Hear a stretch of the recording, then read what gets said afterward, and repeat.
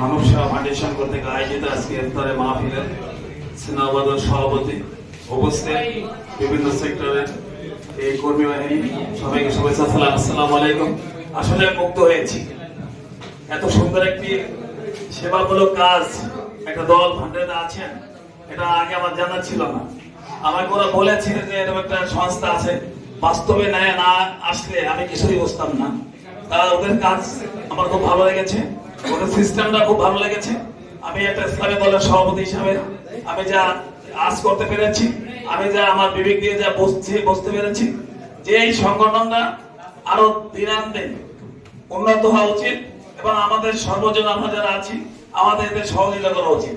আমি কথা দিলাম তোমাদের প্রত্যেকটা কাজে তোমাদের অগ্রযাত্রার জন্য যা কিছু দরকার তোমাদের পাশে থেকে তোমাদের সামনে পিছিয়ে সবখানে সহযোগিতা রেখে তোমাদের সামনে চলার পথ ভালো এবং তোমার উন্নয়ন করতে পারো।